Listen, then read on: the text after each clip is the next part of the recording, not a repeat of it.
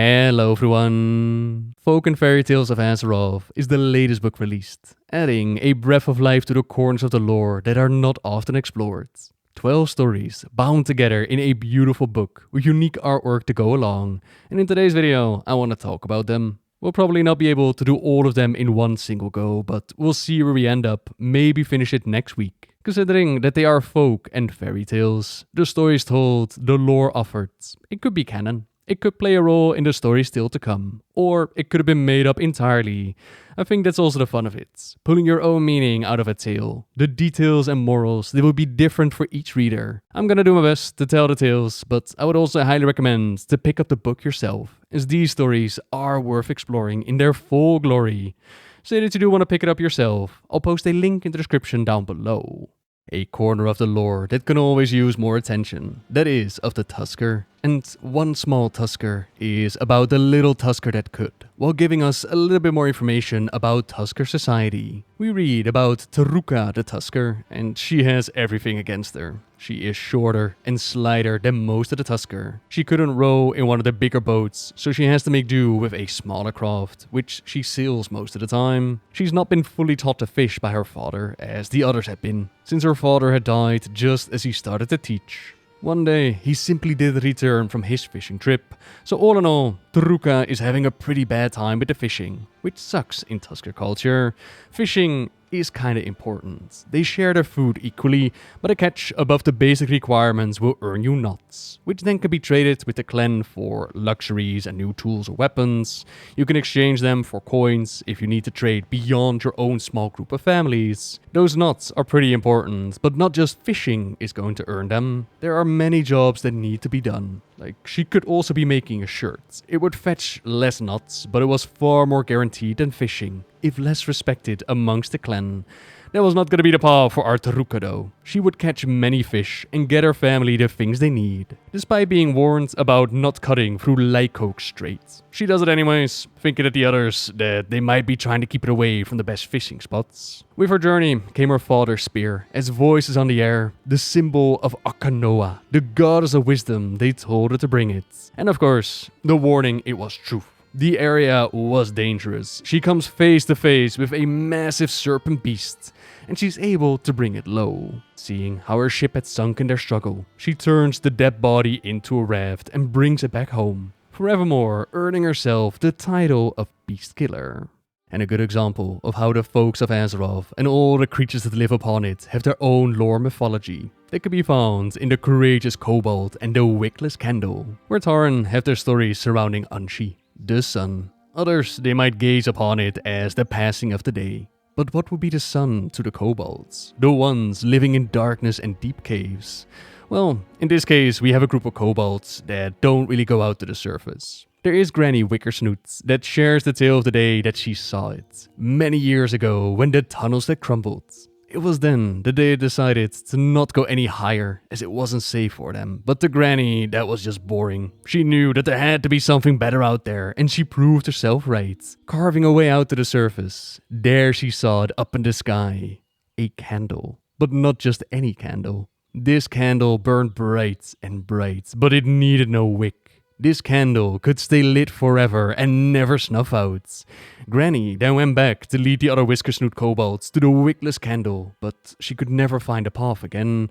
She always remembered its help, and now she passes on the tale of that marvelous day to the youngest amongst their group. The kobold Twick believes Granny with all her heart, but her father warns her that a kobold should never pick above their snouts, or else the darkness snuffs them out. It is much safer to stay down below, within the known, as they had done for generations. Those stories could be dangerous, as proven all too soon when the kobold Tello leaves a note. They're gonna find what Granny was talking about. Wouldn't you know it, the tunnels collapse again. Dad feels like he's been right all along, that Tello's candle got snuffed out because of those dangerous stories. Twick isn't ready to give up on him though, so she starts digging. She finds Tello, she finds their way to the surface, and that big candle in the sky. This time, they're able to bring the others up as well, including Granny, whose time is about to come after a life that had been full and fuller yet for loving Twick. Her wick has now run out, her wax has spent, but it only brings her closer to the Wickless Candle. She can rest beneath its warm light thanks to Twick. And from that day and all the days that followed, Twick set out to follow the Wickless candle. With Granny's pickaxe in hand, she took to the hills, plateaus, and mountains of Azeroth, scaling the tallest peaks that she could find. Each peak above her snout brought her closer to the Wickless candle, closer to her granny, and out into the lights. As I said, the Tauren, they see the sun a bit differently than the Kobolds. To them, it's not a candle, but it's Unshi. And our next tale, Eyes of the Earth Mother. It's a rendition of the Tauren mythology surrounding their Earth Mother and her eyes, surprising no one with such a title. During the day, as the Tauren gaze up, they see Unshi, the sun, the right eye of the Earth Mother. At night, they see Musha, the moon, the left eye of the Earth Mother, accompanied by a smaller moon, the blue child, Losho, born from a tear of the Earth Mother. At least according to this story. This tale is about the very early days of Azeroth, before it even had a sun or a moon.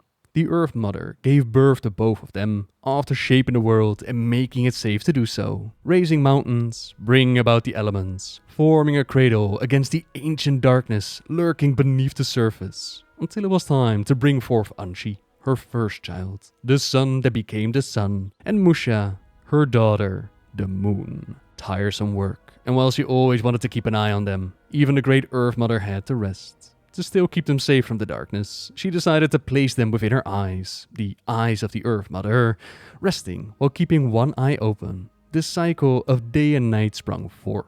Life also blossomed in this time of rest. Life like the Shuhalo, the Tauren. They were corrupted by the darkness, and from that, in time, the Earth Mother feared that it might take her as well. She had molded the land after all, she had become part of it, and the one thing on her mind was to keep her children safe. Wiping away the lone tear that she had caused, her fingers dug deep into her skull, wrenching her eyes free, so deeply that the light of sun and moon would never be able to return to her again. Unshi and Musha, they tried to console their mother, but it was no use. She lay against the land, frozen in sorrow, now unable to see her children or her world. She did not move, and she barely breathed. So the sun and moon decided that they had to make this right. They had to put a stop to the corruption and the darkness. While traveling, they came across that single tear that was shed by the mother. It was a baby, under the protection of the Tauren, also touched by the darkness, but not entirely taken. They planned to bring the child back to the mother, but then the darkness strikes. Sun and moon, they fight valiantly, but Unshi receives a devastating wound. The only thing keeping him alive at this point is the healing from Musha. She would stay at his side while the wind carried their plea to the Earth Mother. Hearing that her children are in trouble, she shakes herself out of her grief. Great was her sorrow, but her love for Unshi and Musha was deeper still. She could not see, but the waters called her name and she followed. The winds pulled at her hands, guided her swiftly to find her sun and moon. The Earth Mother realized that to keep her Shuhalo safe from the darkness, she would have to contain it, giving all of herself for her creations, never to rise and walk the land again, all to make this world for them safe, a mother sacrifice. Meanwhile, her children were told to take to the heavens. Their light would chase away whatever trace of shadow that she could not hold. Unshi had to stay close to his sister, always in her sight, so that she may tend to his wounds, while Musha followed him closely. His secret strength will bring Losho with them, teaching the child all the Earth Mother's blessings and wisdom. Beneath the now ever-present glow of her sun and moons, the Earth Mother's essence cradles the world close, listening to all that happens. With her body, she had beaten back the darkness, and by her love, the world was made safe. While the light may be gone from her eyes, the warmth of her heart is undying. And though the Shuhalo are no longer what they once were, she will never, ever forsake them, for they are her children, and her love and wisdom will always be there to guide them. So the Tauren, they got the mythology surrounding the Earth Mother and the birth of the sun and moon, Unshi and Musha. But there are more beliefs surrounding the moon, as told in our next tale, which is called The Embrace. It speaks of a mother's love for her child, and the growing pains that come with it. Up in the sky of Azeroth, we can see the White Lady watching over us. She has done so for untold generations, with the sun then picking up the charge during the day. Her love for those on Azeroth, it was a very true love, but also a distant one, separated by space and purpose. She longed for closeness, someone to love as those who walked the world she guarded love. But how? She asked the stars, who had their own families, their own constellations. The sun already loved themselves so much that they needed no one else. Azeroth might have loved her in such a way, but Azeroth slumbers. How the White Lady wished that she had not seen such a love, for now she knew such a thing can be. She wishes it for herself, and in the wishing, she breaks her own heart. Yet in time, the lady learns that even when alone, the love that she held, it could still be shared with others. And it was then, holding this love inside her, that something wondrous happens. Even the old stories do not tell us how, but we know this much. Out of the lady's love for the people on Azeroth, the child, small and blue and marvelous, came into being. Some super happy times followed, but as it always goes with the children, in time, the child began to question many things, like where they came from, who they were, about the people that they saw each night. So many questions, and the White Lady did not have answers for all of them, especially when her daughter asked, "What do I need to make me happy?" The lady was learning a lesson that all mothers must learn. Children grow, and the next day, the blue child was gone. The stars nor the sun knew where she had went. Azeroth still drifted in dreams. The child was missing, and none could tell the lady where she had gone. Losing herself to anger, she refused to take up her charge. There would be no light shining down from her. No one to pull the tides or slow the days, not until her child came home. Now, not having their moon, it meant some really bad times for the people on Azeroth. Days buzzed by, like bees seeking summer nectar. The tide ceased, and ships could not travel. The water of the oceans crept upon Azeroth until many cities were underwater. The people cried out in fear, and they pleaded for the return of the White Lady. Thankfully, the stars were able to convince her that perhaps her daughter was simply lost, and that the lady's shining light would guide her back home. So she shined on, waiting for ages untold, and yet the child did not return. This time, the lady decided to glow even more brightly. A fierce ivory sun herself, brighter, larger, closer to Azeroth. Her light outshone even that of the sun, and once more the people despaired. The song of a mother cried out. Crops had burned beneath the constant light, and without food and rest, the mother could not nurse her child. Without sleep and nourishment, the babe was near death. This woman too raged and wept and despaired. But as the days without nights continued, she instead sang her song. It reached the White Lady, another mother that loves, another mother that grieves, and no mother who has lost a child would wish it upon another. And so, despite fearing that her child might be lost forever, the White Lady dimmed her lights and retreated. Generations passed, until finally, one day, the child returned, speaking of her travels. All the things that she had seen, all the things that she had learned. The blue child was happy, returning to the lady more than simply a mother's daughter. She was a person all of her own. In her heart, the White Lady knew that her child would become restless again. It would wander, learn and grow. But now she also knew that the child would return when she was ready. And so the lady let her beloved daughter leave when that restlessness began to surface, bidding her farewell with a smile full of love. When they reunite, when they embrace again, the sky is luminous with their joy. And while the child is away, her mother, every night stands shining with benevolence upon us, lighting our paths and our own children's paths for safe travels. The White Lady gazed upon the children of Azeroth with love. Alune, the Night Elves call her. Night Elves and love. That brings us to our next story, Stones, Moss and Tears. This tale introduces us to Sentinel Kata Bloomblade, a night elf that was expected to become a druid by her family, which immediately piqued my lore interests. Traditionally, it's the male night elves that are expected to become a druid, whereas the females, they join the ranks of the sentinels. And that's also the point. Her family saw her as a boy when she was born, but she knew that she was a female. Every man in her family had given themselves to druidism, but she's neither of those things, so she broke tradition and something that her family couldn't stomach. According to them, she ended a line of Bloomblade druids, one of the oldest of all the Kaldori. their only child, choosing instead to become a sentinel, which left her alone in this world, all but for her sisters in arms. Well, not entirely alone. Down the slopes of Mount Hyjal, there lives Elirion of Fogsong, a master alchemist that chose the shadow of Nordrassil over the company of his fellow elves. There's a reason for that. A fear and sadness in his eyes when touched upon, but never really spoken about.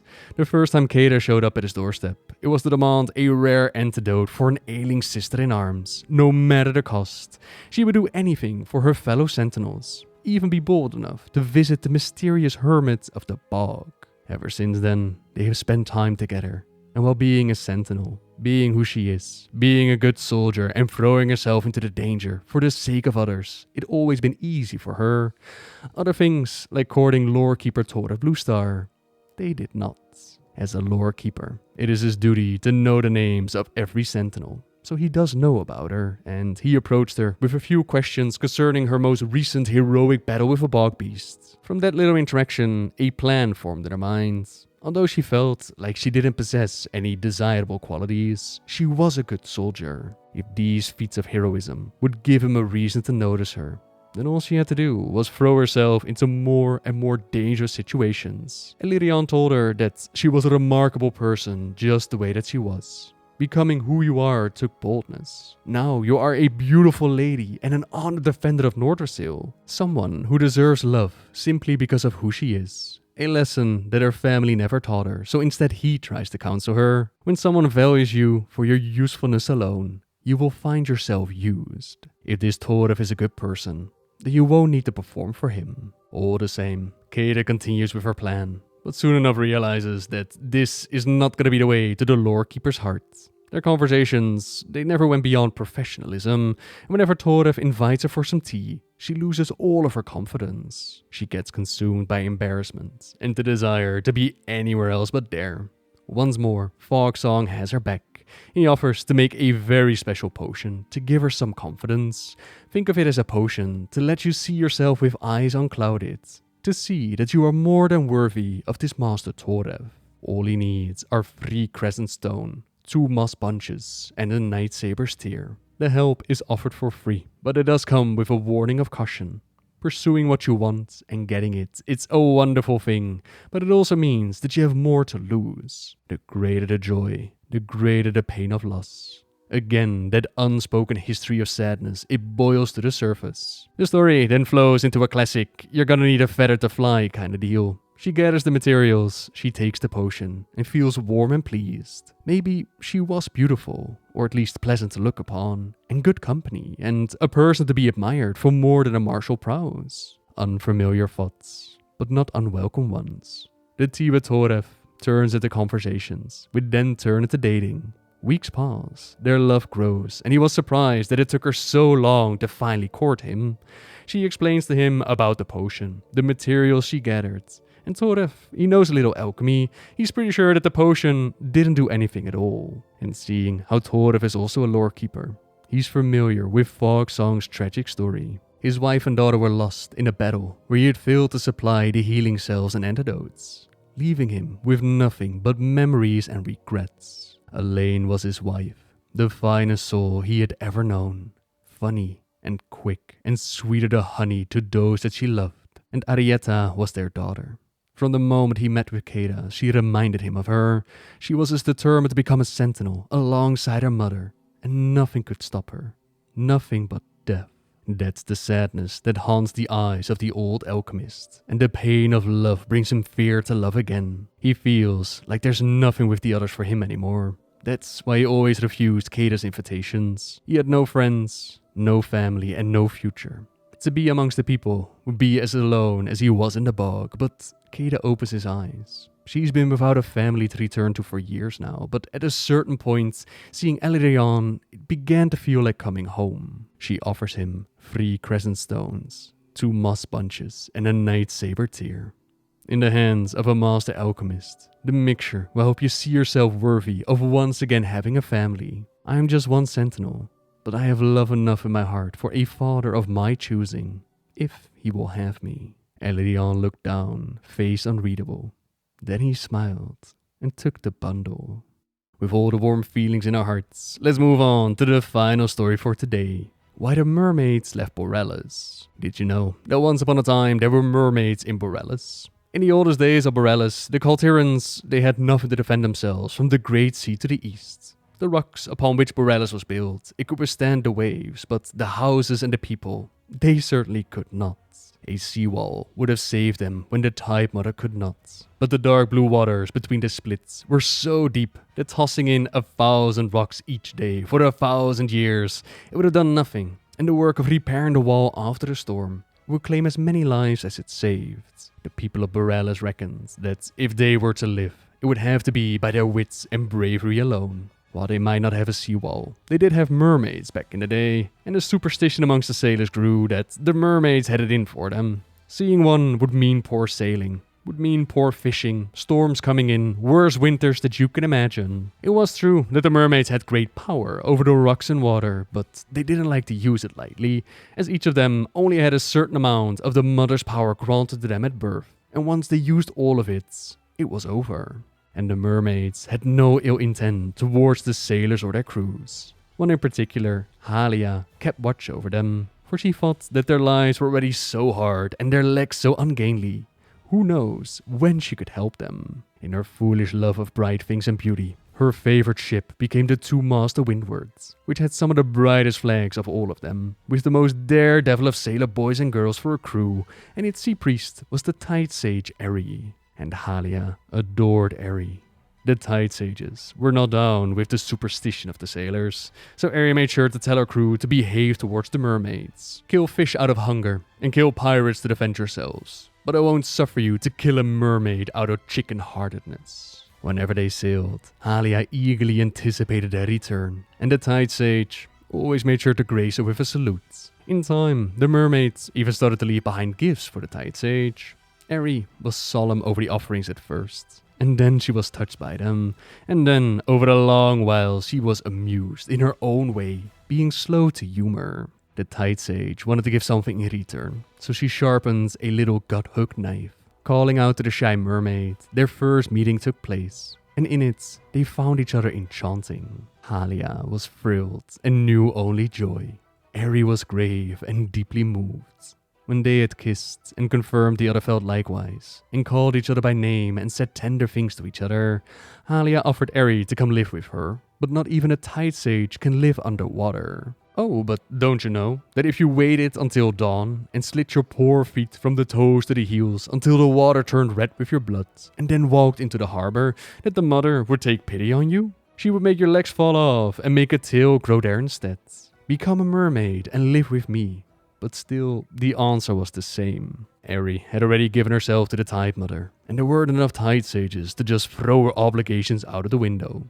Nor could she be honest and outspoken about their love, for no vessel would take Eri with them if they knew, and it would be the death of them, so they decided to keep it a secret, their love slowly growing, until a time came where a terrible storm crept upon Boralus. Eri and the Tide Sages tried to hold the waters back, but on the 5th day, many of the others had faltered, exhausted or broken, yet Eri still pushed on. Halia tried to convince her to split open her feet and save herself from the storm, or at least to rest for a moment, but Eri would have none of it. Boralus was her home after all, and she was a Tide Sage. So Halia the mermaid went to work, rising up a massive wall, while Eri held back the tide. Remember that building a wall, it seemed impossible, but Halia was not alone in her venture. More and more mermaids, they threw themselves into the wall without misgiving, the very life that coursed within them. As the wall grew higher and higher, some of the oldest mermaids at first, and then the others, totally spent, fell lifeless as they worked. They rose to the surface of the water, became sizzle of bubbles, and then they were gone. The work continued, and the wall rose even higher, until only one mermaid remained within the water, crying out to her beloved, asking if the work was done. When Eri finally turned around, as though to answer, she fell, as spent as the dead mermaids bubbling on the foam. Halia wouldn't give up on her though. She sliced open the soles of her feet and asked for the blessing of the mother, a blessing that was granted, as Eri's eyes reopened, and in the place of strong legs, a tail shimmered beneath the surface of the sea. All of Kaltyrus now know of Eri's story. even if she never returned to them again as a priest of the sea and a fellow in arms. As long as the mighty seawall Boralus had stood, its people now swear on mermaids as symbol of highest honor and good luck, and as symbols of sacrifice too, for no mermaids were ever again seen within the harbor. On certain calm sunsets, when the red is deeply reflected on the surface of the harbor, old sailors call it Aries blood, which means good weather is coming, in remembrance of the dutiful tide sage and the mermaid who loved her so faithfully. There once was a town in Tirragat Sound where the sea and the wind whipped round and round. The storms they came when the men set sail from old Boralus town. Where have the mermaids gone that once swam round the Tirragat Sound? Why are the mermaids gone from old Boralus town? That was Sharm right there, who has done a wonderful rendition of Where Have the Mermaids Gone. Link to her full song can be found in the description down below. By all means, go send them some love. With that, as my apartment has heated up quite nicely, it has been such nice weather outside. We'll wrap up the video for today. We still have 6 stories left to cover, but we're going to do those next week. In case you're curious about all the little lore tidbits that the book has to offer, and you just want a quick overview, might I recommend the fantastic post made by Queen Ishura. They have gone out of the way to pen down things like mermaids, they come from X, or Tuskarr, they sometimes dye their mustaches. Really cool lore bits, worth the time to check out. Again, link in the description down below. That just leaves me with saying thank you very much for watching, everyone. Hope you enjoyed part 1. Subscribe if you like my videos. And until next time, see ya!